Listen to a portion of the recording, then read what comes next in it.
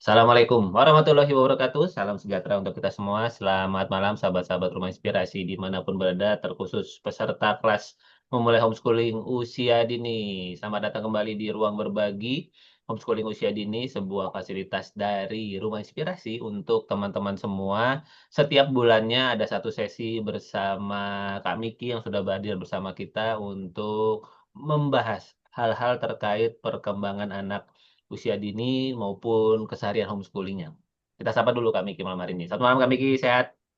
Selamat, selamat malam Mas Andit. Alhamdulillah sehat. Akhirnya kita ketemu lagi setelah rangkaian webinar padat ya Kak Miki ya, 2 minggu untuk stimulasi sensori. Dan sekarang Kak Miki masih menjawab pertanyaan-pertanyaan yang masuk di grup stimulasi sensori yang masih akan dibuka sampai tanggal 16 Agustus 2025 nanti. Dan di sela-sela itu ada ruang berbagi malam hari ini yang akan membahas apa? Mari kita langsung ke Kak Miki. Tapi sebelumnya saya ingin mengajak teman-teman semua yang sudah hadir, yuk sebutkan domisili dan usia anaknya untuk kemudian disampaikan di kolom chat biar saling mengenal. Siapa tahu ketemu teman-teman sedaerah, ketemu teman-teman playdate yang nanti bisa mulai bertemunya dari ruang berbagi ini. Siapa tahu. Lalu kemudian saya lagi ini adalah ruang berbagi teman-teman semua, bukan webinar. Jadi kami Ki di sini dan saya apalagi adalah fasilitator. Kami teman berbagi teman-teman semua. Jadi diharapkan nanti proaktif untuk kemudian teman-teman bisa berbagi apa yang sedang dialami, boleh melalui kolom chat atau mau raise hand juga boleh untuk berbagi apa yang nanti akan dipantik oleh Kamiki melalui pertanyaan-pertanyaan pematiknya. Sebelumnya mari kita tanya ke Kamiki terlebih dahulu. Kita akan membahas malam malam hari ini kita akan membahas apa Kamiki? Dipersilakan. Terima kasih Mas Andit. Assalamualaikum warahmatullahi wabarakatuh. Selamat malam Bapak Ibu semua. Jadi malam ini kita bertemu lagi di ruang berbagi. Em, Homeschooling anak usia dini, tapi sebenarnya apa yang kita bahas malam ini itu sangat relate, itu tidak hanya untuk anak usia dini, tidak hanya untuk praktisi homeschooling, tapi untuk semuanya gitu. Baik untuk Bapak Ibu yang punya anak juga bagus, yang guru edukator juga bagus, yang belum punya anak dan sedang persiapan juga bagus gitu kan. Kita akan membahas terkait membangun pondasi belajar gitu. Nah, tadi Mas Andit sudah menyampaikan bahwa malam ini itu bukan webinar ya.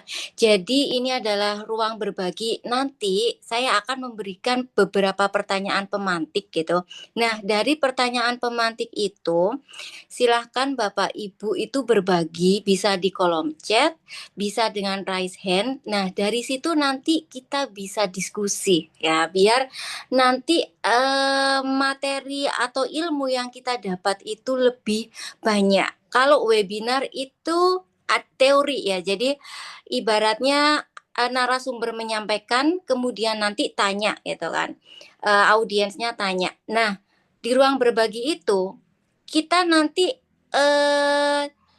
saya memberikan pertanyaan pemantik, kemudian ada beberapa pengalaman yang saya sampaikan dan juga mungkin nanti ada materi-materi yang akan saya sampaikan, tapi itu pun nanti adalah hasil dari diskusi kita bersama itu. Jadi sangat peran aktif Bapak Ibu itu sangat membantu proses berjalannya ini nanti ya di acara kita malam ini ya Mas Andit ya, terutama terkait membangun pondasi belajar gitu ya Bapak Ibu.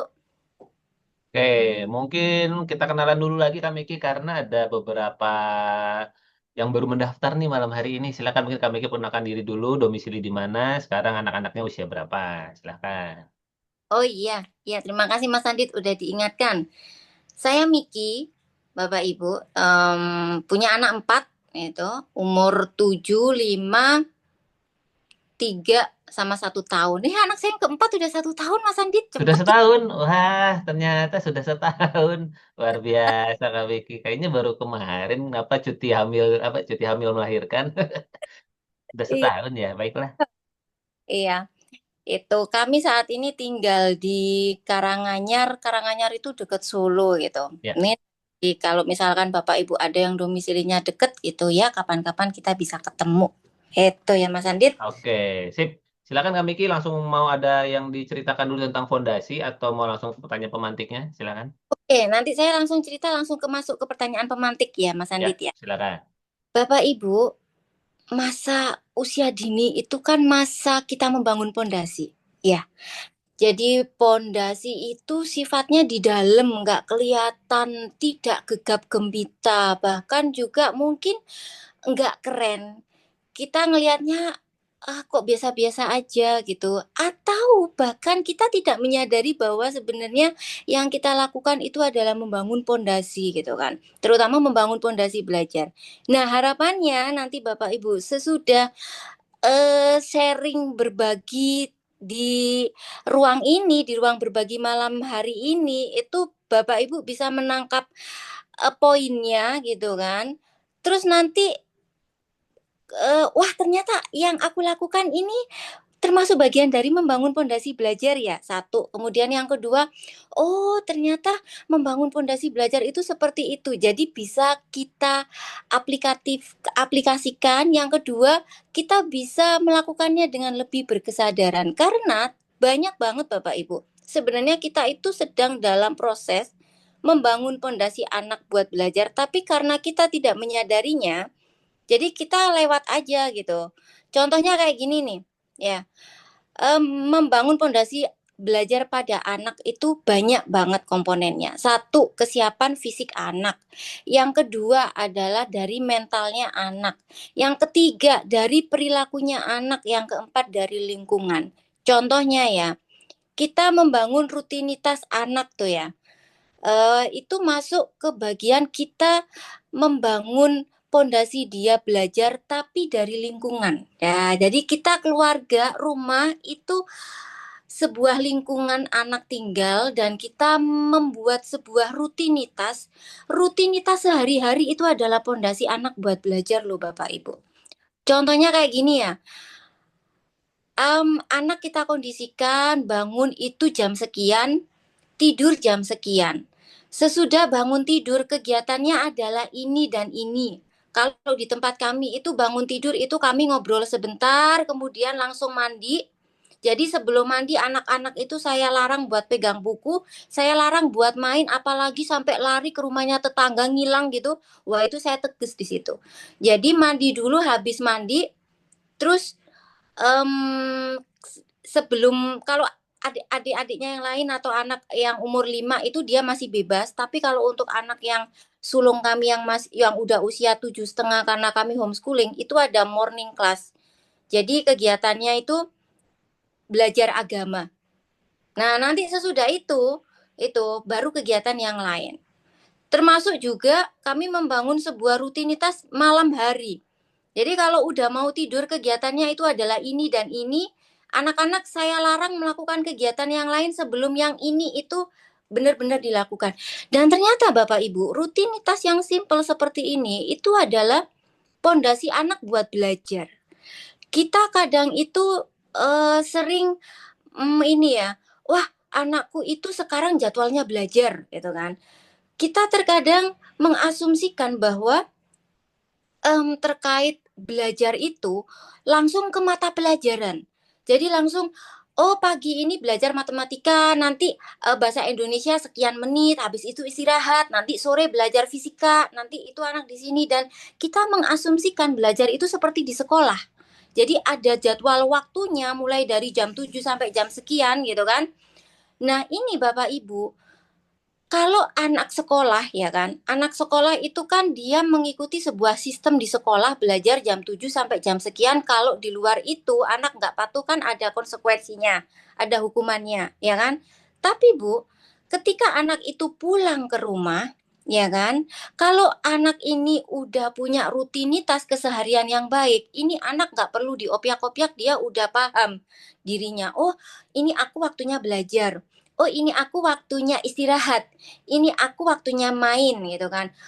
Pengaruh lainnya nanti, ini anak ketika kuliah Bu, karena kita bisa melihat anak ini tuh memiliki pondasi belajar yang baik apa tidak. Itu saat kuliah benernya Bu. Mengapa saat kuliah? Karena saat kuliah, ini anak itu dia jauh dari orang tua.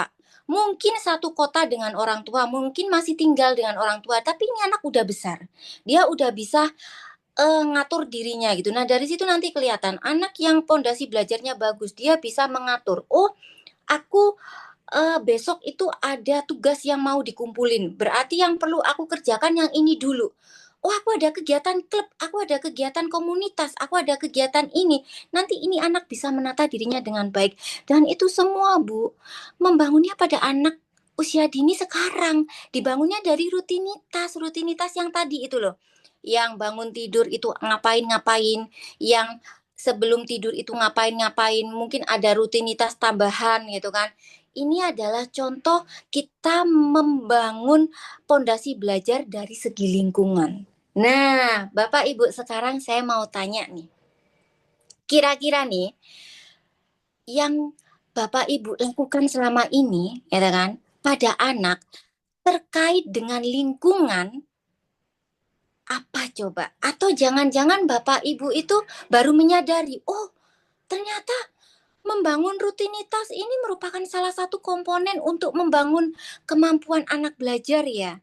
Nah, boleh dong Bapak Ibu berbagi pengalaman rutinitas apa yang sedang dibangun di rumah buat anak gitu kan, dan tantangannya apa? Itu. Yuk silakan berbagi ya Bapak Ibu. Oke, silakan. Teman-teman semua ada yang mau berbagi? Maaf. Dia mau berbagi saat ini di rumahnya atau di dalam keseharian bersama anak-anaknya sedang membangun rutinitas seperti apa sebagai fondasi belajarnya. Silakan teman-teman semua mungkin bisa raise hand kalau mau bercerita atau bisa tuliskan di kolom chatting kalau mau berbagi. Kalau saya Kak Miki, saya ada anaknya tiga. Yang pertama 16 tahun, yang kedua 13 tahun, yang ketiga 17 bulan. Jadi ada tadinya sebelum yang paling kecil lahir kita sudah punya sebuah rutinitas di mana kebetulan karena anak saya dua-duanya menekuni renang dan renangnya ada renang paginya, maka rutinitasnya kami bangun jam 3 pagi. Jam 3 pagi bangun, lalu kemudian siap-siap berangkat karena jam 4 itu mereka sudah masuk ke kolam. Jadi Oh, itu menjadi rutinitas yang dulu pernah kami lakukan, sempat off sebentar, tapi sekitar sebulan, 2 bulan, sudah masuk 2 bulan ini kembali ke rutinitas itu. Jadi kami pagi itu sudah bangun pagi, lalu bangun pagi-pagi banget, lalu iya. kemudian sudah anak-anak sudah renang, setelah itu selesai renang sekitar setengah 7, anak-anak sarapan, biasanya kami berikan opsi untuk istirahat. Kalau mau tidur monggo, kecuali mereka ada kelas atau ada student club jam 9 misalnya, baru kemudian mereka melanjutkan kegiatan sampai nanti ketemu makan siang. Makan siang nanti mereka istirahat lagi, baru nanti sorenya renang lagi. Jadi berangkat lagi dari rumah sekitar jam 3 lagi, nanti sekitar jam 4 mereka sudah mulai bisa latihan fisik, bisa langsung ke kolam dan sebagainya sampai sekitar jam setengah 7 atau jam 7 sampai rumah sekitar setengah 8, makan malam, waktu bebas, setelah itu kemudian istirahat sekitar jam 9 atau jam 10. Nah itu rutinitasnya yang sedang dibangun di keluarga kami. Ya, Mas Andit kalau boleh Yes. tahu, Mas Andit bangun rutinitas itu, Mm-mm. ini lama nggak Mas Andit? Eh, Tiga lama, lama tuh maksudnya bagaimana ya? Apakah tahun mungkin kan berapa waktu gitu? Berapa lama waktu yang dibutuhkan untuk mengkondisikan anak bangun jam 3? Itu kan pagi Mas Andit. Oh, iya pagi? Ya, nggak lama ya Kak Miki ya, bahwa kemudian ada fase-fase penyesuaian. Kami melihatnya sih mungkin sekitar 1 2 hari saja. Karena pertama anak kami sudah remaja, terus mm-mm. mereka sudah tahu why-nya. Kami bisa ngobrol kenapa ada latihan pagi dan sebagainya, sehingga membangun rutinitas itu menjadi sebuah hal yang lebih mudah dikondisikan, kurang lebih seperti itu. Itu buat anak yang sudah besar. Tapi buat yang kecil ini, yang baru 17 bulan ini, kalau saya perhatikan rutinitas mau bangun fondasinya itu mulai dari bangun pagi, kemudian ibunya lihat kondisi anaknya, apakah mau makan dulu atau mandi dulu gitu, atau sebaliknya, kondisinya kadang-kadang berganti-ganti. Setelah itu waktu eksplorasi, nah, sambil nemenin ibunya di dapur sampai sekitar jam 10-an itu pasti dia tidur siang. Habis itu setelah makan kadang tidur, kadang tidak sampai sore. Nah, itu tinggal menyesuaikan. Jadi kalau yang anak usia 17 bulan masih masih mengikuti ritme, tapi yang lagi dibangun adalah kita sudah mulai ketemu ritmenya ya. Yang penting dia jangan sampai apa bahasa kerennya kancilen gitu ya. Maksudnya malamnya jadinya tidurnya terlalu malam.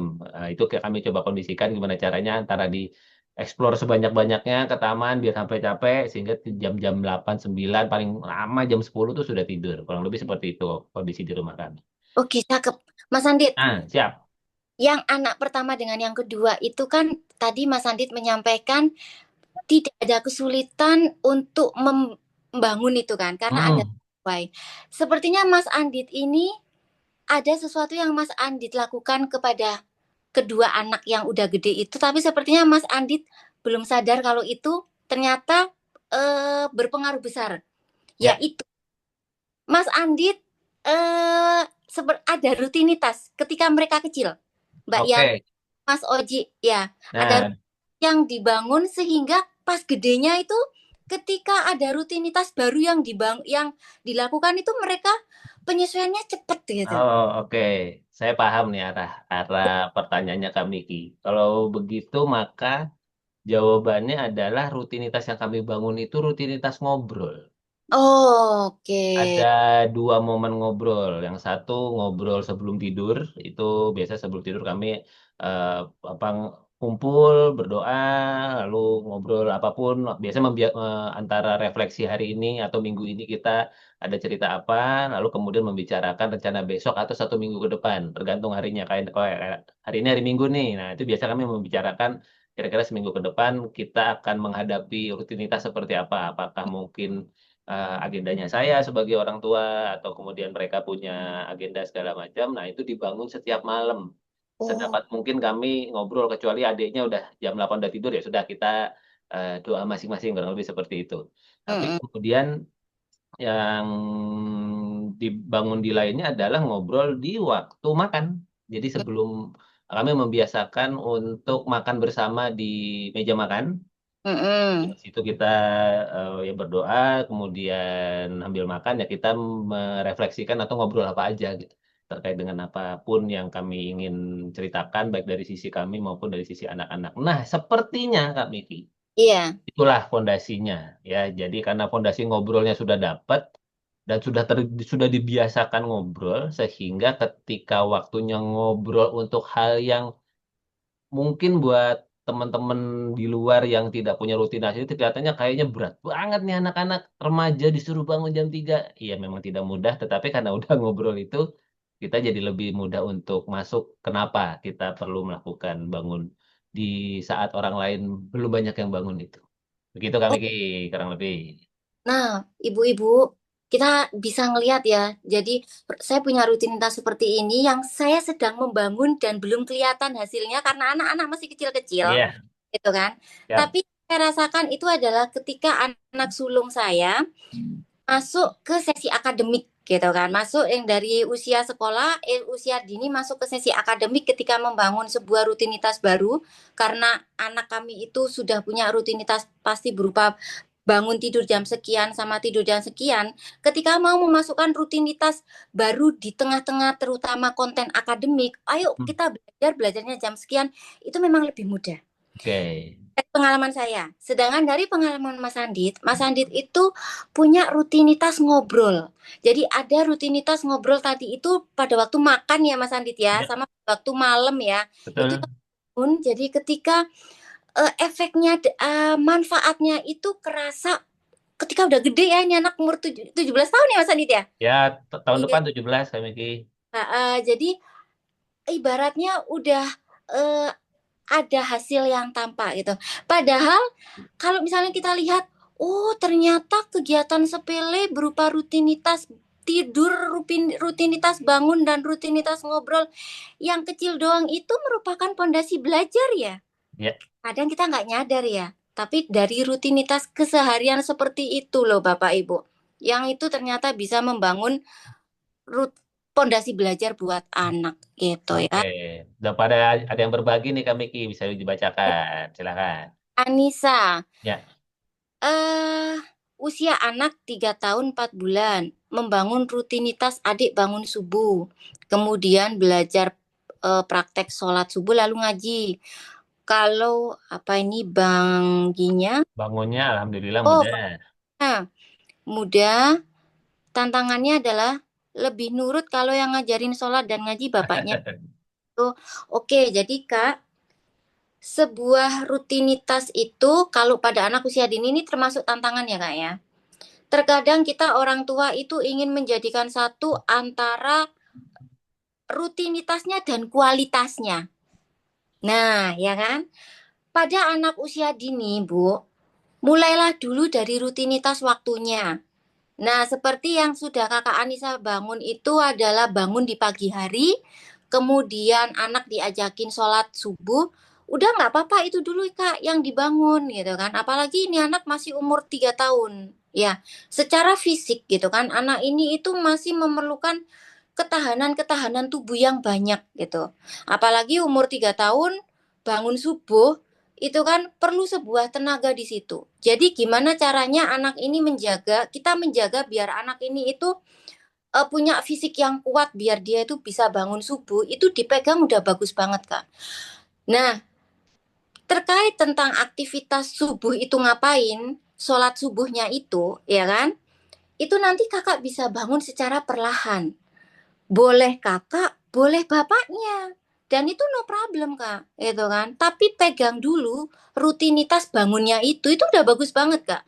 Dan ini nanti kalau misalkan kakak udah pegang ya kan, udah punya anak-anak ini udah punya rutinitas yang pasti bangunnya jam sekian itu nanti ketika anak masuk usia sekolah, mau itu anak homeschooling atau mau itu anak sekolah, itu akan jauh lebih gampang, Bu. Jadi minim drama yang anak itu susah dibangunin, kemudian cepet-cepetan kayak morning rush itu, yang ibunya teriak-teriak, ayo cepet bangun, cepet sarapan, itu seragamnya di sini, bajunya di sini.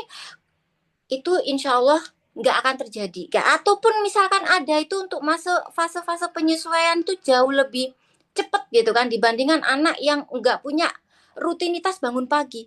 Gitu ya Kak ya.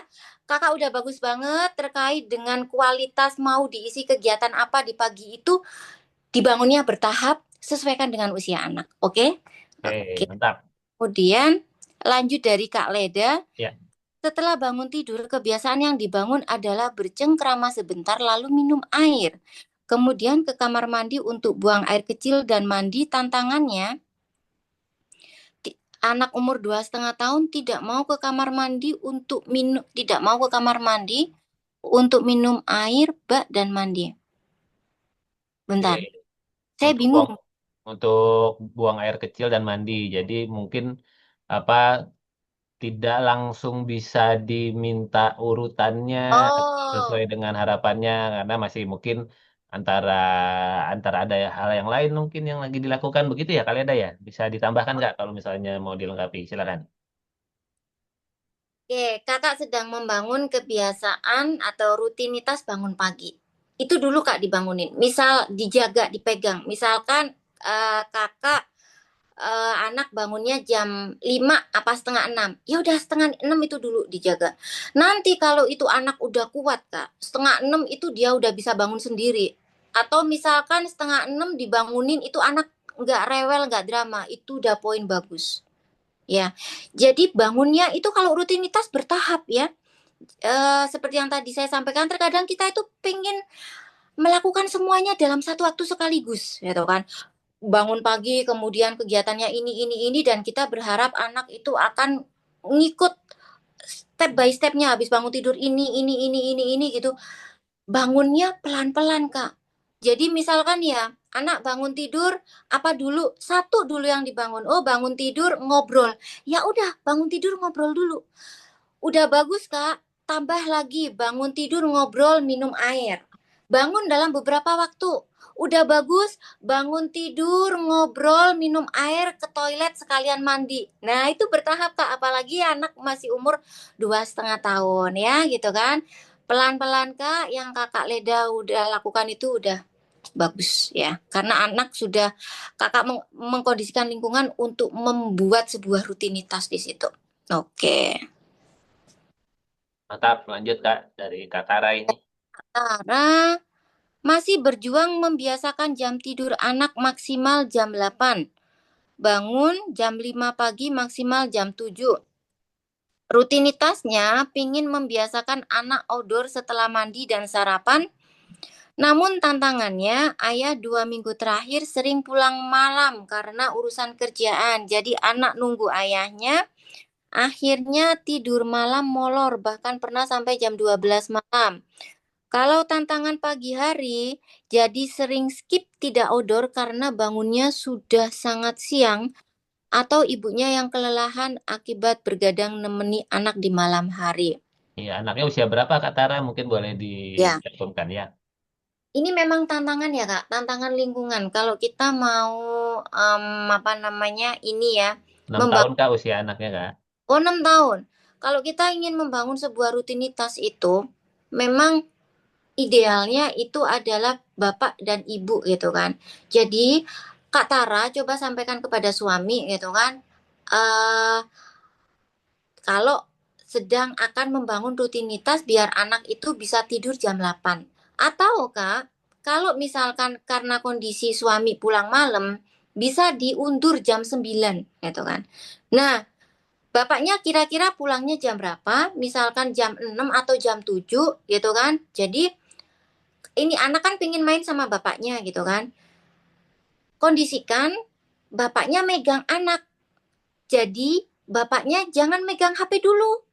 Tolong ya, ini kok sayangku, manisku, suamiku sayang, habis pulang aku tahu kamu capek gitu kan. Tapi HP-nya gimana kalau kita taruh dulu nunggu sampai anakmu tidur. Ini juga kejadian pada saya, Kak. Ada kalanya bapaknya itu pulangnya malam dan anak-anak itu nunggu gitu kan. Akhirnya tidurnya nunggu gitu. Biasanya kan anak-anak itu jam 8 itu kayak sekarang dia udah masuk kamar gitu. Karena bapaknya pulangnya jam 7, otomatis kan ada mundur-mundurnya dikit. Nah, suami itu kadang-kadang pulang dia kan juga kondisi capek dan pingin me time. Me time-nya itu biasanya kalau suami zaman sekarang pegang HP ya kan. Saya bilang, HP-nya taruh dulu Bi. Kamu sama anak. Nanti kalau anak udah tidur, terus terserah kamu mau nonton apa kayak terserah gitu kan. Tapi pegang dulu anak gitu kan. Akhirnya suami mau gitu. Jadi pegang dulu anak, main sama anak gitu kan. Kalau udah gitu, baru nanti suami me time-nya nanti gitu kan. Tapi komunikasikan dengan suami biar suami itu ada waktu main sama anak gitu kan. Terpuaskan di situ. Kemudian terkait dengan bangun pagi Kak, kalau anak malamnya itu tidurnya kemalaman, biasanya memang kalau pagi dia nggak kuat fisiknya. Caranya bagaimana? Caranya adalah kita membangun siklus yang sesuai dengan siklus sikardian tubuh. Jadi ketika pagi hari, walaupun dia kondisi ngantuk, bangunin nggak? Ya, memang kita perlu agak itik-itik di situ. Bangunin, mau itu dibuat gaduh atau gimana bangunin, gitu kan. Habis itu, ya kegiatannya bareng anak. Jadi Kak Tara bolehlah ditempel kegiatan itu anak itu dibarengin. Karena kalau nggak dibarengin, itu nanti anak tidur lagi. Gitu. Jadi gimana caranya biar anak itu bangun gitu kan. Nanti biasanya Kak, ini anak kalau bangunnya pagi, tidur malamnya kurang, sekitar duhur jam-jam 10 itu dia akan ngantuk.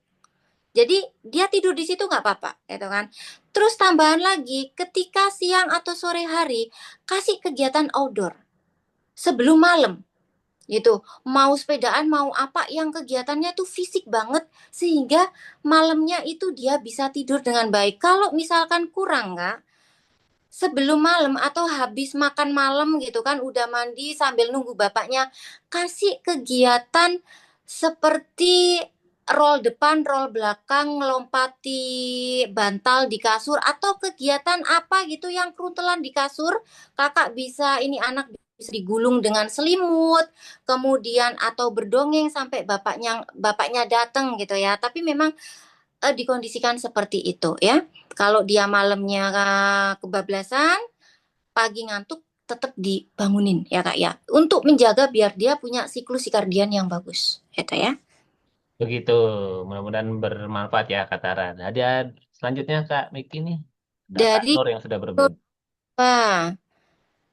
Umur anaknya 3, 5, 3, dan 1 tahun. Rutinitas harian sejak 4 tahun lalu. Anak-anak sudah paham kegiatan selanjutnya apa. Alhamdulillah ngefek besar dengan emosinya. Iya, benar banget, Bu. Rutinitas itu juga sangat berpengaruh pada emosi. Ya, anak yang dia tidak memiliki rutinitas harian, emosinya itu kadang-kadang berantakan. Gitu. Karena dia itu bingung mau ngapain dan akhirnya dia itu rungsing sendiri. Tapi kalau dia itu udah ada rutinitas dan kita menggunakan patokan, misalkan nih, kalau udah duhur kegiatannya adalah main. Sebelum duhur kegiatannya adalah belajar. Itu nanti anak akan bisa mengkondisikan dirinya. Gitu. Contohnya kayak gitu ya. Sekarang sedang memulai bangun subuh untuk sholat subuh. Biasanya bangun jam 7. Sekarang rata-rata bangun sendiri setengah 6. Oh, itu bagus. Minim drama. Iya, alhamdulillah, cuman suka bingung ngisi kegiatan apa ya setelah sholat subuh. Karena biasanya itu diisi quality time sama suami berdua, ini jadi bertiga gitu. Mungkin karena jadi bertiga itu karena ada adiknya gitu kali ya. Jadi Kak, Oke, berarti kalau seperti itu Kak, em, silakan ngobrol sama suami gitu kan. Kalau memang ini anak itu butuh waktu sama bapaknya, kakak bisa megang adiknya.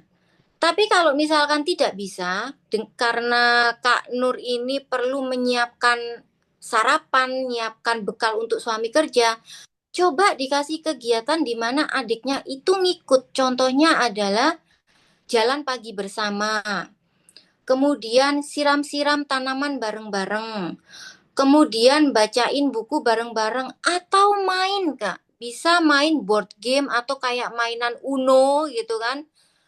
Atau ya mainan board game yang lain gitu yang bisa dilakukan bareng-bareng sama adiknya.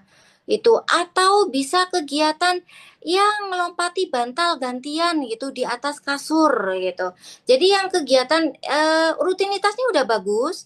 Problem kakak itu adalah mengisi itu diisi dengan kegiatan apa gitu. Ini memang PR gitu. Jadi cari bersama suami gitu kan. Oke, itu silakan dikondisikan bersama suami. Itu ya. jadi bertiga itu karena anak yang paling sulungnya ikut bangun. Ya, so, dua adiknya tidur. Jadi yang biasanya waktu setelah subuhnya berdua sama suami, sekarang ada anak pertamanya yang ikutan. Gitu. Oh, berarti maksudnya quality time-nya itu antara kakak dengan suami. Ya, Heeh, tambah. itu anak yang ketiga anak yang sulung ngikut. Ya udah nggak Ya. apa-apa, ikutin Kak. Anak yang pertama itu, jadi nanti kakak silakan bikin sebuah rutinitas di mana ada anak di situ. Itu ya. Oke, sip. Demikian kita lanjut dulu nih ada Kak Anik yang sudah berbagi Kak Miki. Oke, rutinitas setelah anak bangun tidur yaitu memeluk anak, ngajak anak bersyukur, mengungkapkan kasih sayang pada anak. Setelahnya anak ke teras menghirup udara pagi karena permintaannya aku mau menghirup udara segar. Bagus. Lalu mandi dan sarapan, baca buku, diskusi tauhid, belajar, makan siang, bangun, tidur siang, bermain dengan teman-temannya, lalu mandi sore, baca buku, main bersama ayah, diskusi ngobrol sebelum tidur, tidur malam. Oke, udah bagus itu. Tantangannya adalah kesehatan ibu yang naik turun karena Kak Anik ini menyandang autoimun yang mudah drop ketika kelelahan. Jadi kadang ketika rutinitas sudah terbentuk, lalu sakit. Rutinitasnya kacau lagi, lalu mengulang lagi dari awal begitu seterusnya. Sebentar, ini anaknya usia berapa ya Kak ya?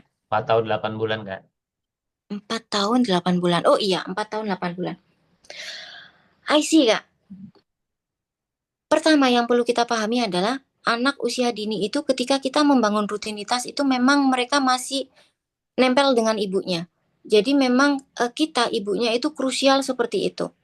Solusinya adalah kakak perlu memahami kapan siklus di mana kakak punya waktu kapan fit, kapan waktu itu ngedrop.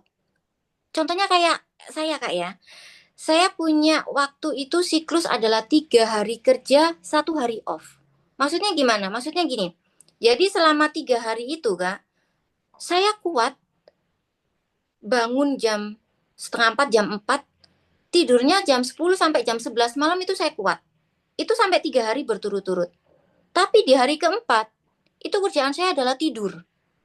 Jadi jam 10 sampai jam 1 itu saya tidur, Kak. Dan keluarga udah tahu ya Kak, anak-anak udah tahu, wah ini Iya, waktunya ibu tidur nih gitu ya. dan saya kondisikan, Kak.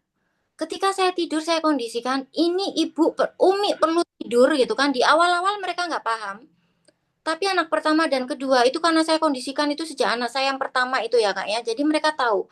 Kalaupun misalkan mereka main itu sekamar dengan saya atau pada waktu main di kamar ketika saya kondisi tidur, maka saya bilang jangan berisik ya. Soalnya Umi mau tidur. Nanti kalau Umi nggak tidur, nanti bla bla bla bla bla bla bla gitu kan. Terus kalau biar Umi itu punya tenaga, nanti kalau Umi udah bangun, kita bisa main gitu. Nah, anak pertama udah paham, anak kedua udah paham, anak ketiga saya belum paham Bu, karena umurnya masih 3 tahun, 3 tahun setengah lah gitu. Jadi ketika dia itu sering masuk ke kamar ketika saya tidur, gitu kan. Jadi kan sering ganggu. Apalagi anak keempat masih umur setahun deh. Cuman ketika saya waktu ngedrop ini, waktu tidur jam 10 sampai jam 1, mereka saya kondisikan berada di kamar sebelah, main di situ. Saya bilang, kalian main di sini ya, eh jangan keluar. Kalau misalkan mau keluar ambil mainan boleh, tapi mainannya dibawa ke kamar biar anak yang ke satu nggak main-main keluar. Nah, itu kan anak yang ke satu dia kan udah mulai makan, udah mulai MPASI gitu kan. Jadi nanti kalau anak yang adiknya rewel, bangunin Umi gitu kan. Terus habis itu anak-anak paham Kak di situ. Jadi memang udah dikondisikan. Nah, Kak Andik, Kak Anik, coba pahami siklus tubuh. Kapan Kakak ngedrop? Jadi kan biasanya ada nih warning di tubuh. Oh, iki ketoknya aku mau ngedrop gitu kan. Terus kalau aku ngedrop, yang aku lakukan ini apa? Gitu. Jadi bikin kayak itu Kak, kayak persiapan, kayak kuda-kuda gitu kan. Kalau aku ngedrop, anakku ini sedang jadwalnya ini berarti biar dia itu bisa melakukan itu sendiri. Yang perlu aku lakukan adalah ini. Itu ya Kak ya. Oke, mudah-mudahan bisa menjawab. Dan next ada dari Kanova nih, ikut berbagi rutinitasnya. Kak Miki, silakan. Oke, ibu dari 2 anak cowok semua usia 5 tahun dan 3 tahun. Ya. Rutin bangun yang dibangun tidur, bangun tidur, makan, mandi, kegiatan outdoor belum bisa rutin. Hmm. Tangannya ngurus ngurus ibu yang sedang sakit. Oke. Sekarang anak pertama kalau saya bilang belajar, yuk masih belum mau, masih terpapar gadget supaya saya bisa beraktivitas. Oh, oke. Jadi ini terkait membangun ini ya. Kak Nova, kalau saya boleh tahu, dari rutinitas bangun tidur, makan, mandi, kegiatan outdoor, yang paling menantang yang mana? Apakah saat bangunin anak tidur, ataukah saat jam makan, ataukah saat mengkondisikan anak agar dia main di luar? Kira-kira yang paling menantang yang mana? Karena nanti beda Kak itunya. Oke, Oke. saya ya Kak Nova ya. Itu. Ya. Oke. Oh, saat makan. I see. Oke. Nah, kalau kayak gitu Kak, bangun dulu itu yang kegiatan outdoornya bisa pelan-pelan. Jadi anak bangun tidur itu jamnya kan udah pasti, ya kan? Kemudian anak dimandiin, kemudian makan. Nah, makan ini Kak, karena ini anak umurnya 5 dan 3, tantangannya banyak ya Kak ya. Yang anak mungkin GTM lah, anak makan sambil lari-lari lah, anak itu umek bang, apa itu susah disuruh duduk anteng ya kan? Anak umur segitu kan, dramanya banyak gitu. Jadi, kakak fokus anak itu gimana bisa makan dengan baik. Nah, yang kegiatan outdoor nanti ngikutin kak. Kalau anak itu udah bisa makan dengan baik, kegiatan sesudah makan baru akan mengikuti gitu. Biar kakak nggak ini, nggak ini apa namanya, nggak stres sendiri. Ya. Udah punya rutinitas bangun tidur jam sekian itu udah bagus loh kak. Habis bangun kegiatannya adalah mandi kemudian sarapan itu sudah ada urutan kegiatan itu udah bagus. Nanti Kak, ketika anak udah umur 6 udah bisa dikondisikan, anak yang kecil udah umur 4 itu nanti akan ini sendiri, akan bertambah rutinitas yang Kakak buat. Jadi pelan-pelan ya. Itu. Jadi Oke, selapis demi selapis ya Kak Miki ya, iya ketika bener. kita ada beberapa item yang mau kita bangun dan kita melihat ternyata Mm-mm, masih belum lancar semua. Berarti daripada berfokus ingin melancarkan semua, mm-mm. mendingan ambil hal yang menurut kita paling esensial dari semuanya. Kalau emang bangun pagi sudah, ya sudah, habis itu makan. Karena makan itu kan bagian dari keseharian yang harus terjadi dengan baik gitu. Nah, itu berarti fokus di situ dulu gitu ya, Kak, sebelum kemudian nanti memperbaiki yang lainnya. Oke, saya lanjut lagi ya Bapak Ya, Ibu. silakan. Pertanyaan yang kedua gitu kan. Faktor lain yang sangat berperan untuk membangun pondasi belajar anak adalah kesiapan fisik. Hmm, Nah, nanti arahnya adalah ke sensori motorik. oke. Sensori motorik ini Bapak Ibu, kalau kita perah, yang paling simpel adalah menjaga anak bergerak dengan cukup. Cukupnya berapa? Ini banyak teori. Ada yang mengatakan 3 jam, ada yang mengatakan 3 sampai 5 jam. Tapi prinsipnya adalah semakin kecil anak, kebutuhan geraknya makin banyak. Oke. Nah, ketika anak itu udah makin gede, umur 7, 8, itu nanti badannya itu udah bisa menata sendiri. Jadi idealnya kalau anak itu geraknya tercukupi di usia balita, di usia preschool, nanti ketika anak itu masuk usia sekolah, itu anak udah bisa duduk anteng, Bu. Nah, jadi kita itu membangun pondasi biar anak itu bisa duduk anteng buat belajar, Ya. biar anak itu bisa baca dengan baik, biar bisa menulis dengan baik. Nah, itu pondasinya adalah dari salah satunya itu kesiapan fisik anak yang kalau paling simpelnya adalah menjaga agar anak cukup bergerak. Karena dengan bergerak itu, Bu, banyak area sensori yang terstimulasi, vestibular, proprioseptif, kemudian taktil anak gitu kan. Kemudian juga yang lain, motorik anak. Motorik itu Bu ya, itu adalah manifestasi dari sensori anak. Kalau motoriknya sensori anak itu berantakan, motoriknya itu juga akan mengalami problem. Kalau motorik sensori motor anak itu perkembangannya tidak optimal, itu nanti akan mempengaruhi perseptual motor. Perseptual motor itu apa? Perseptual motor itu lebih kompleks dibandingkan sensori motor, jadi sudah ada keterlibatan otak gitu kan. Kalau sensori motor itu masih ada sebuah stimulus yang masuk ke sensori kita, kemudian motor kita itu merespon kayak gimana. Motor kita itu sistem gerak, gitu. Tapi kalau perseptual motor itu lebih kompleks di situ karena sudah ada proses bagaimana otak itu memproses kemudian memerintahkan sistem motor kita untuk memberikan respon yang lebih complicated. Nah, kayak gitu. Oke. Sekarang ya nih, Bapak Ibu, silakan berbagi. Bapak Ibu, coba direfleksikan, kira-kira anak-anak itu di rumah bergeraknya kira-kira berapa lama mereka bergerak? Berapa lama tuh hitungan jam atau menit gitu ya, Kak Miki ya? Nah, dalam satu hari itu, apakah cukup ataukah kurang? Patokan Tahunnya cukup atau kurang itu ada ukurannya, Kak Miki, atau bagaimana biasanya? misalkan gini, oh ternyata anakku ini dia lebih suka dengan HP. Mm-mm. Dia lebih banyak menggunakan gadget. Mm-mm. Gadget ini itu satu nonton, yang kedua gadget dengan edukatif ya, Bu. Edukatif itu ya terkait misalkan anak itu usianya 5 tahun tapi udah misalkan reading X atau EXL ataukah mungkin pelajaran matematika gitu tapi yang udah menggunakan gadget. Ataupun termasuk misalkan video-video edukatif itu udah masuk gadget hitungannya. Oke. Kalau kakak prosentasekan antara kegiatan itu, kegiatan yang duduk dengan kegiatan anak bergerak, kira-kira lebih banyak yang mana? Nah, oke. Silakan.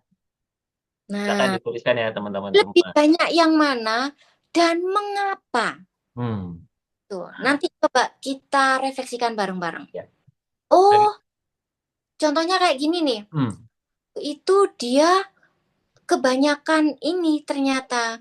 Dia kebanyakan duduk. Duduknya itu adalah dia suka membaca. Jadi dalam sehari itu dia bisa membaca itu di buku fisik itu sampai 20 buku, kemudian Hmm. dia juga udah pegang buku digital itu lama banget. Mungkin dia suka baca Let's Street itu loh ya Bapak Ibu, atau mungkin aplikasi yang lain dia suka baca itu. Nah, alasannya adalah karena saya sibuk.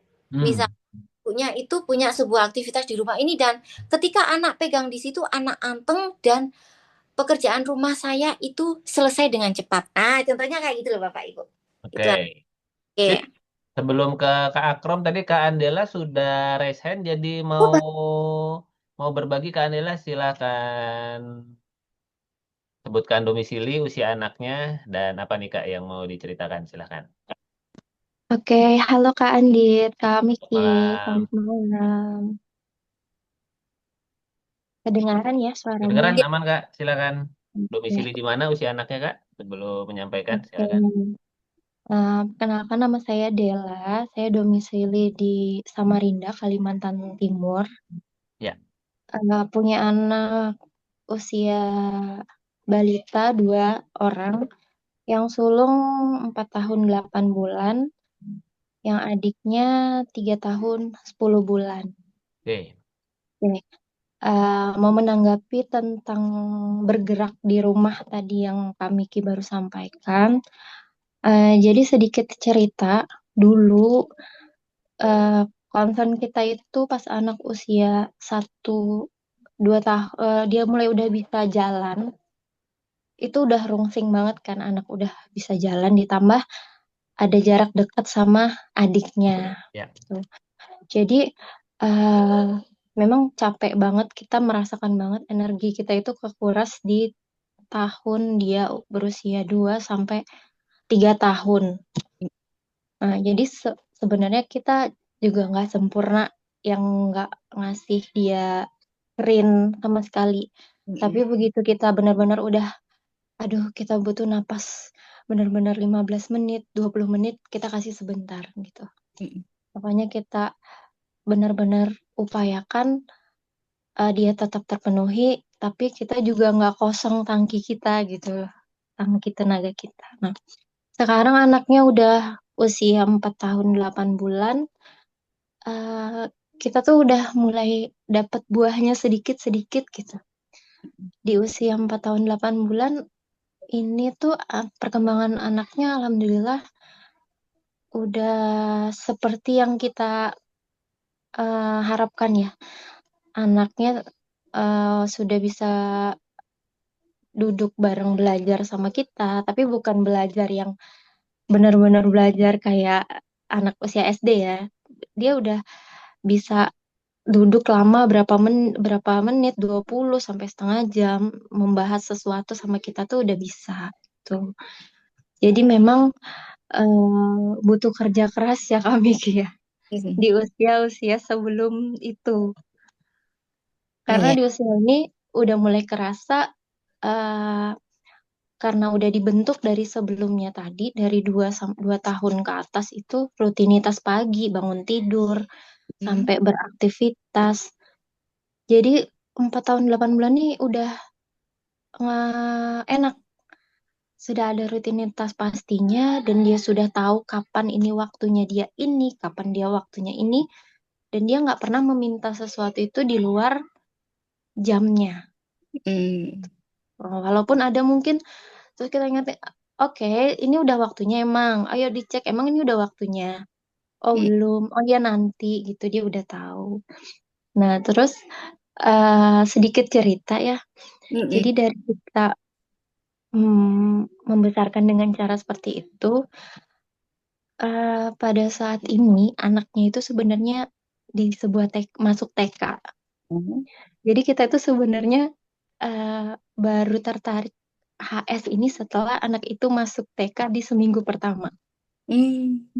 Jadi pas anak ini masuk TK, Mm-mm. saya tuh kemarin sebelum dia masuk TK, 1 tahun dia sebelum usia masuk TK itu udah persiapin dia. Mm. Oh dia udah harus bisa ke toilet sendiri. Mm. Dia udah harus bisa pasang kaos kaki sendiri. Dia harus tahu barangnya ini dan udah. Tapi ternyata begitu dia masuk TK, saya malah pusing sendiri. Pusingnya itu, hmm, aduh, banyak hal itu yang kita itu malah ternyata anak ini udah belajar banyak di rumah. Kita Mm. nggak sadar ternyata kita tuh udah HS duluan gitu loh. Cuman kita nggak sadar. Pas Mm. sadarnya tuh pas kita udah masuk di anaknya udah TK, ketemu sama teman-teman yang lain dan malah tuh bawa hal yang aneh-aneh dari luar ke rumah gitu. Iya, iya, iya. Oke. Mm. Iya, jadi kita malah sadarnya tuh ternyata kita tuh udah HS duluan tanpa kita sadar. Mm, mm, mm. Nah, itu sih. Jadi sekarang sih masalah kita tuh masih kurang pede mau ngelakuin HS yang beneran gitu untuk nanti dia di sekolah dasar.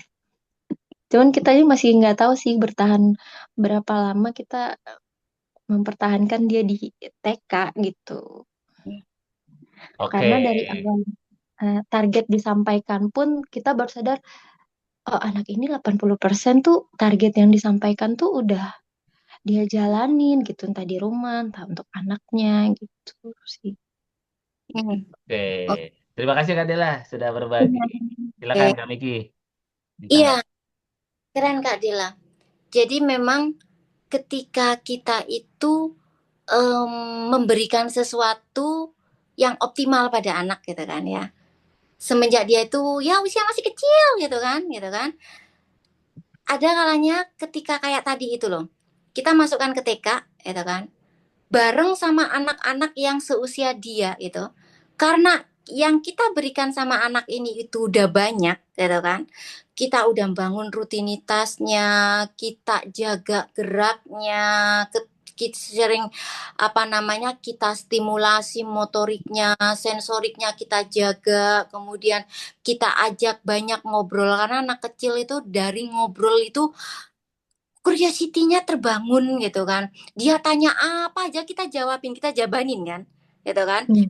Habis itu kita bacain buku, kita sering ajak ini, kita jelasin ini gitu. Ada kalanya ini anak ketika dimasukkan TK, itu kompetensinya udah lebih besar dibandingkan anak yang seusianya. Hmm. Hmm. Jadi kita merasa, loh kok anakku di TK ini kok malah kayak melakukan apa yang dilakukan di TK itu kok kayak melakukan kemunduran sih? Soalnya semuanya Hmm. anak-anak udah dapet gitu kan. Ada Hmm. seperti itu kan. Ada Nah, perasaan seperti itu. ya I feel you. Belum lagi tantangan di luar itu adalah terkait sesuatu yang tidak sesuai value. Ya toh? Iya. Hmm. Benar. Bahkan mungkin anak dapat omongan kotor, dapat kebiasaan yang jelek dari teman-temannya kan nular tuh. Iya, Ya, iya, benar banget. ya itu apa tantangan kita ya Mas Andit ya? Makanya ada alternatif homeschooling sebetulnya. Itu salah satu alasannya biasanya ingin memperkuat fondasi keluarga sehingga toh cepat atau lambat anak-anak akan bertemu dengan masyarakat yang lain dengan nilai-nilainya kan, dengan bahasanya, dengan hal-hal yang bisa jadi tidak Iya, sesuai dengan nilai kita, tapi karena anak kita sudah kuat fondasinya, kita tenang ya, tinggal basuh-basuh Hmm. dikit aja gitu. iya. Eh, bagus banget itu yang sudah Ya. Kak Andit kan udah baik gitu kan. Kakak tadi ada problem itu adalah kurang pede ya. Masih Ya. Iya, bingung. kita nggak pede. Ya dijalanin aja ya Kak Andit ya. Nanti karena Ya. ketika dalam perjalanan bulan depan, tahun depan itu akan ada sebuah insight yang akan kakak dapatkan gitu kan. Dan kami yang dari luar pun tidak bisa ngoyak-ngoyak juga ya Mas Andit, nggak bisa kan, ini homeschooling ini bagus banget itu kan tidak bisa Ya. karena memang setiap kebutuhan keluarga itu beda-beda. Iya. Betul. Keluarga Kak Andela dan suami itu yang nanti akan melihat, oh aku kemantapannya ada di mana. Jadi silakan berproses dengan baik. Terus ya Ya. Kak. Oke, mau tanya ya, Ya, silakan ya. sedikit ya Kak Silakan. Niki ya, Kak Andit. Sebagai yang udah menjalankan ini ya, apalagi Kak Andit kan udah sampai anaknya usia remaja ya. Ya, Kak Miki yang paling sulung usia 7 tahun ya. Mm-mm. Nah, selama anak itu belajar di rumah sampai dia usia 7 tahun, sampai dia usia remaja, apakah itu membuat pola yang santai ya untuk anak itu sendiri di rumah? Santai itu dalam artian tuh mungkin lebih ke males, males gitu karena dia merasa nyaman mungkin ya, di rumah gitu ya, seperti itu. betul. Kak Miki mau jawab dulu nggak? Kalau saya itu Kak, jadi satu ya, ada yang saya pegang gitu kan. Yang kedua, ada yang memang untuk anak. Jadi contohnya gini, kalau itu terkait bermain, itu saya jadikan itu adalah otoritas anak. Dia mau bermain apa aja boleh, tapi ada syaratnya, tidak waktu, safety, tidak melanggar value, gitu kan. Nah, dari bermainnya dia itu, saya sering masukkan media pembelajaran dan terkadang anak itu nggak sadar kalau dia belajar. Ya, Yang saya masukkan adalah konten matematika, gitu, dari situ. Dan maka kemampuan matematikanya udah lumayan bagus gitu kan. Saya juga ngerasain ini anak itu baru kelas 1 gitu kan, tapi ada beberapa bab yang dia lompat yang seharusnya untuk kelas 2 SD, tapi dia udah bisa. Hmm. Tapi ada beberapa hal lain yang dia itu tertinggal gitu kan. Itu terkait itu ya. Kemudian yang kedua itu ada sesuatu yang memang saya wajibkan buat dia. Jadi dia dalam kondisi males atau gimana gitu kan, namanya anak ya, kadang kan gitu gitu. Mas, kamu kalau main itu anak-anak siang hari Kak Andela. Jadi pagi yang wajib itu adalah matematika, bahasa Indonesia, dan pelajaran agama. Itu. Yang lainnya mau itu terkait sains, mau itu terkait apa, itu suka-suka dia. Dia mau minta. Kalau nggak minta, saya masih belum itu. Jadi ada 3 yang saya pegang itu. Jadi dia mau males-malesan mau gimana gitu kan. Nanti ini pelajaranmu belum selesai loh ya. Kalau kamu belum selesai matematikanya, kamu baru selesai 2, berarti nanti matematikanya habis makan siang ya. Mau dia bilang, ya nggak apa-apa habis makan siang aja. Kayak gitu. Jadi ada kalanya dia mikir, yaudah sekarang aja matematikanya. Nah, gitu. Hmm. Kalau Kak Sandi gimana Mas? jadi jujur ya Kak Dela ya dan teman-teman semua, saya kenapa memilih, pertama kita harus eh, kembali kepada alasan kenapa memilihnya dulu. Karena dari sini baru kemudian kita bisa melihat apakah pola keseharian kita sesuai dengan apa yang menjadi niat awal kita. Kalau dalam konteks kita bicara fondasi, ya kita sedang membangun fondasinya. Jadi alasan saya memilih homeschooling salah satunya, Kak Adela, adalah saya melihat bahwa di kehidupan saya sekarang, yang kepake di dalam dunia karya saya, dalam 12 tahun wajib belajar saya dulu, itu yang kepake paling nggak hanya 4. Satu, matematika; kedua, bahasa Indonesia; ketiga, bahasa Inggris; ketiga, pertemanan atau networking. Jadi, saya nggak bisa pungkiri teman-teman waktu sekolah ini sangat bermanfaat. Tapi pertemanan ini sebenarnya bukan karena banyak temennya, tetapi karena kita membangun keterampilan sosialnya. Waktu itu kan mau nggak mau terbangun karena ketemu. Nah, tapi dalam homeschooling sebenarnya keterampilan sosial kita bisa bisa bangun sendiri kok di keluarga. Nah, jadi saya sebenarnya 3 fondasi ini. Kenapa? Karena ilmu-ilmu yang saya pelajari, yang saya hafal mati-matian tempo hari itu, Kak Adela, yang demi supaya nilainya Iya. nggak jelek-jelek amat, saya sekarang udah nggak inget lagi. Tapi kalau ada yang ngomongin, saya bisa gali-gali. Oh iya, dulu pernah belajar fisika ya, rumus rumus percepatan, kecepatan. Oh iya ya, ya, ya, masih bisa diingat-ingat, tetapi nggak kepake dalam profesi saya yang sekarang, gitu. Jadi saya punya keyakinan bahwa anak-anak di masa depan punya punya atau menghadapi zaman yang mungkin kita nggak kebayang. Teknologinya bisa jadi berubah, profesi yang tadinya kita yakini bagus ternyata nggak ada gitu. Dan kemudian ternyata ada profesi baru yang bermunculan dan sebagainya. Nah, itu yang mau saya persiapkan. Sehingga kalau Aldela, Aldela tadi pertanyaannya adalah apakah anaknya belajarnya santai? Jujur Kak, santai. Kalau dibandingkan sama teman-teman yang mungkin mungkin ya, saya lagi sekolah maupun tidak sekolah adalah sama-sama alat. Ini kita tidak dalam konteks bahwa homeschooling lebih baik, tidak. Tapi bahwa Iya. kemudian anak kami belajarnya lebih santai kalau dibandingkan sama anak sekolah, iya. Contoh, misalnya habis renang subuh nih, pulang sampai rumah setelah renang subuh jam 6 sudah naik dari kolam misalnya, teman-temannya yang lain itu langsung berganti seragam sekolah, langsung siap-siap Hmm. sekolah lagi, Kak. Lebih hebat mereka apa latihannya, oh lebih lebih wow gitu ya. Anak kami sampai rumah sarapan tidur, santai santai memang karena kan memang kami meyakini bahwa itulah yang ingin kami ambil. Nggak apa-apa santai karena tidak Kalau tidur. tidak semua hal perlu dipelajari, makanya santai. Tapi fokus kepada tadi hal-hal basic tadi itu. Tadi kami mungkin ada agama, kalau di rumah kami itu attitude itu nomor satu misalnya. Nah itu kami dalam keseharian. Yo, ini bisa satu sesi ruang berbagi sendiri nanti ya kami kira. Kalau begitu. Terima kasih Oke. Kak Adela. Kita karena keterbatasan waktu saja dan karena sudah setengah sembilan, nanti mungkin di ruang berbagi selanjutnya atau Kak Adela mungkin sudah ada di kelas memulai homeschooling usia dini. Salah satu kuncinya ya Kak, kalau tadi terkait dengan percaya diri, sering-sering berbagi Kak. Ya, berbagi kesehariannya.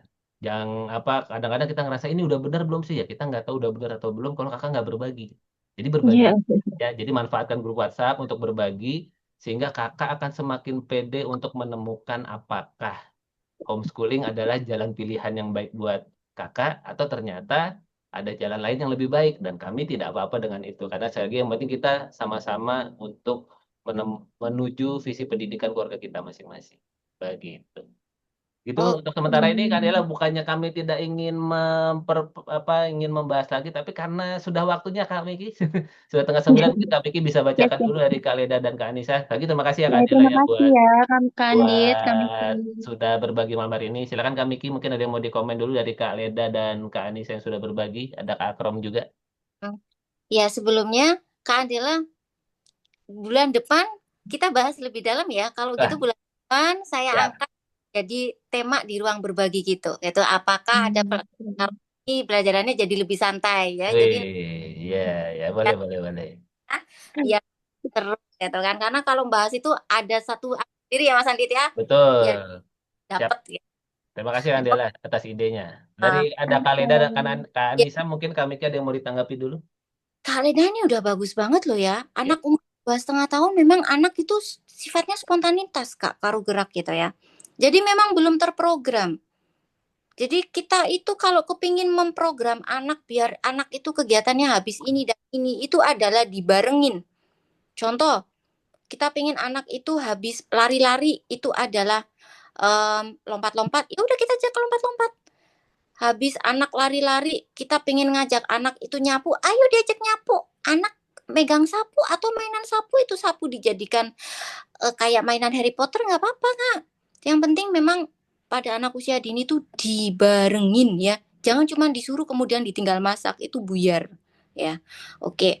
Dan itu sudah bagus Kak ya. Kegiatan yang diam duduk itu aktivitas eksplorasi seperti bongkar pasang yang dia suka itu udah bagus. Berarti dia ini anak udah bisa fokus pada sesuatu yang dia suka. Itu bagus banget.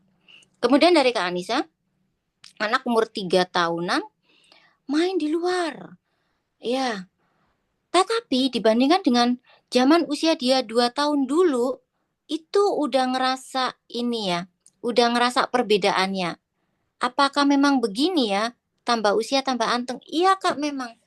Tambah usia itu tambah anteng. Kalau benar-benar ketika usia paling kecilnya dia itu geraknya itu memang terpuaskan, dia semakin mendekati usia sekolah, dia semakin anteng badannya udah bisa tertata dengan baik. Cuman di usia 3 tahun Kak, kebutuhan geraknya masih tetap perlu dijaga ya. Nanti indikatornya kakak bisa lihat indikator motoriknya itu apakah anak udah bisa melompat ini, anak bisa ini. Kalau udah tercentang berarti udah bagus kak. Keren. Itu ya. Luar biasa. Oke, plus dulu dong buat sesi kita malam hari ini. Terima kasih teman-teman untuk kebersamaannya dan terima kasih juga buat teman-teman yang memang sudah mau pamit. Kita juga sudah mau pamit. Memang kalau ruang berbagi usia dini kita batasi tentu inginnya sampai setengah sembilan karena setelah ini pasti bayi-bayi di belakang sana sudah menunggu ibunya mana nih gitu ya. Mari kita tutup sesi kali ini dan silakan teman-teman yang mau difoto bersama bisa kita buka kameranya. Dan silakan Kak Miki, apa yang bisa kita simpulkan dari diskusi seru kita ternyata ya malam hari ini, silakan. Ya, terima kasih banyak teman-teman yang sudah ini ya, yang sudah menyumbangkan sharingnya gitu Ya, kan. Dan sharing dari teman-teman ini itu yang saya tunggu banget ya Mas Andit ya, karena betul. ini kayak tadi dari Kak Andela, dari sharingnya Kak Andela itu nanti bisa saya angkat untuk jadi tema bulan berikutnya. Sip. Nah, bulan berikutnya teman-teman ada sesuatu yang ingin disampaikan, sampaikan aja. Kalau nggak dijawab pada hari itu, kita kupas lebih dalam di bulan-bulan berikutnya gitu kan, jadi lebih asik gitu kan. Ya, Terkait fondasi belajar, usia dini adalah usia membangun kita membangun fondasi, termasuk fondasi belajar. Membangun fondasi belajar, yang pertama siapkan fisik anak, yang kedua faktor lingkungan, contohnya adalah rutinitas, yang ketiga adalah perilaku anak, yang keempat itu adalah mental dia terkait curiosity-nya, kemudian juga terkait emosinya. Itu adalah penting banget untuk membangun kemampuan dia dalam belajar, karena anak yang masih tantruman ya kan, masih dia nggak bisa kemudian sering nyobek kertas, kertas dibuang, itu juga akan mempengaruhi kemampuan dia dalam belajar gitu ya Bapak Ibu. Mari kita bersemangat membangun fondasi belajar anak, dan memang kegiatan membangun fondasi anak ini tidak gegap gempita, ada kan sip ya. biasa-biasa aja, kayak bangun rutinitas, ngobrol, bangun tidur dijaga, anak dijaga geraknya, itu nggak keren kan, tidak instagramable, tidak bankable, tapi memang berguna buat anak itu ya. Sip. Terima kasih Kak Miki. Untuk kesimpulannya kita foto dulu teman-teman semua. Jaga senyumnya. 3, 2, 1. Oke, terima kasih teman-teman semua untuk kebersamaannya malam hari ini. Mudah-mudahan bermanfaat dan kita akan ketemu lagi. Mudah-mudahan Kak Miki diberikan kesehatan, kebahagiaan sehingga nanti bulan depan kita bisa ketemu lagi di ruang berbagi homeschooling usia dini. Saya lagi teman-teman semua, selamat membangun fondasinya. Semoga kemudian bisa menjadi fondasi belajar yang luar biasa untuk anak-anak kita nantinya. Terima kasih untuk kebersamaannya. Saya tutup dengan sebuah pantun. Ke rumah Bu Fajar, cari kue lapis. Yuk bangun fondasi belajar, selapis demi selapis. Sampai ketemu semuanya. Wassalamualaikum warahmatullahi wabarakatuh. Salam sejahtera untuk kita semua. Thank you. Sehat-sehat. Makasih ya.